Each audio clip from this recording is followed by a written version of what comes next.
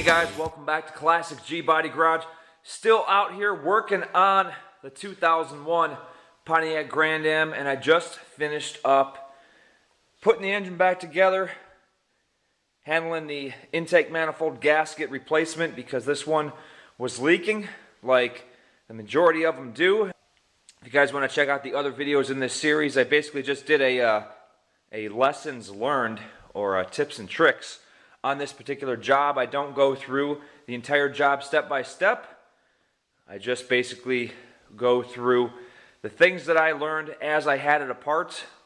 I do show the engine all apart and everything that I have done to take it apart and put it back together. Very, very important, which I'm about to do right now, is change the oil, because the oil is usually contaminated in these jobs. The intake manifolds leaks coolant outside the engine and also down inside where the camshaft goes, right in the center of the engine, down in the plenum there. So in this case, my oil level was overfilled. And then now what I'm going to do is just go ahead and change the oil, and I will fill the oil filter up with oil before I put it on. And also I'm going to go ahead and finish filling this thing up with coolant. And when you fill up these overflows, this is where you put the coolant in here.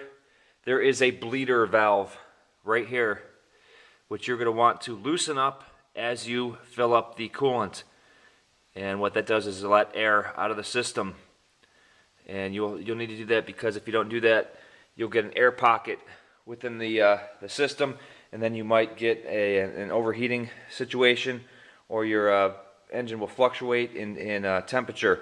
So make sure you bleed the air out of the system as you're filling up the coolant, and you might have to crack the bleeder loose as the engine gets up to temperature as well, just to get some air bubbles out of there. So enough rambling.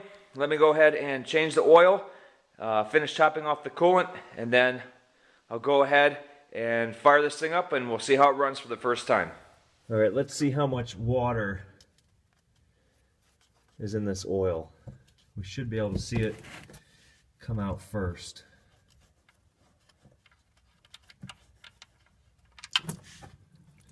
There you go. You saw the antifreeze come out. Now you see how the oil is almost like a milky color. It's like a light brown. It's not a dark black like you would normally see. So there was quite a bit of antifreeze within this oil, and as you saw, the pure orange coolant that had come out first. Alright, so I pulled the oil filter off, and here you can have a good look of what the oil looks like that is filled with coolant or contaminated with coolant. It has a very orange or chocolatey-like appearance, and it can get very, very frothy. So like I said, the oil level was over full on the dipstick, and that is what it looked like on the dipstick and inside of the engine. So went ahead and changed the oil. Just wanted to give you guys a good look at what the oil looks like when it is contaminated with coolant.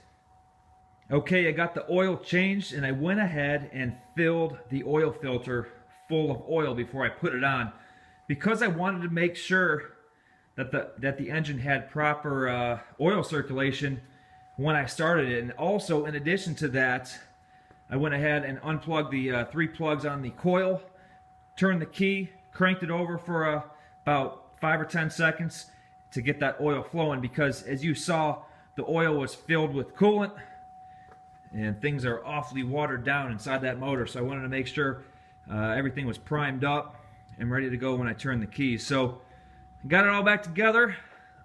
Feel good how everything went back together. Of course, a little bit nervous to turn the key, because this is the first job I've ever done like this before. So any type of big job, always a little bit nervous when you turn the key. Make sure everything goes well, because the last thing you need is to have a catastrophic failure. So here we go, guys. Moment of truth.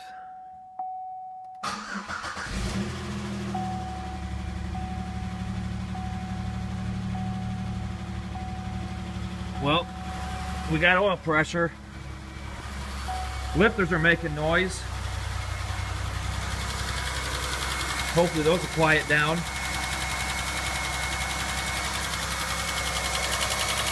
They're steaming a little bit, but hopefully the lifters will pump back up and quiet down here. So far they are sounding a little bit quieter. Awfully smoky. Not sure what that's from, but maybe just a little bit of residue that had run down on the yeah, it smells like antifreeze. So probably some residue that ran down onto the exhaust manifold. But so far it's sounding good. Running good. Let's listen to it back here. Yep, sounding good. Just gotta make sure that motor quiets down. Alright guys, well there you go. We'll see how it runs. But that is it for this video series. So until the next classic G-Body Garage video, keep those G-bodies and N-bodies rolling.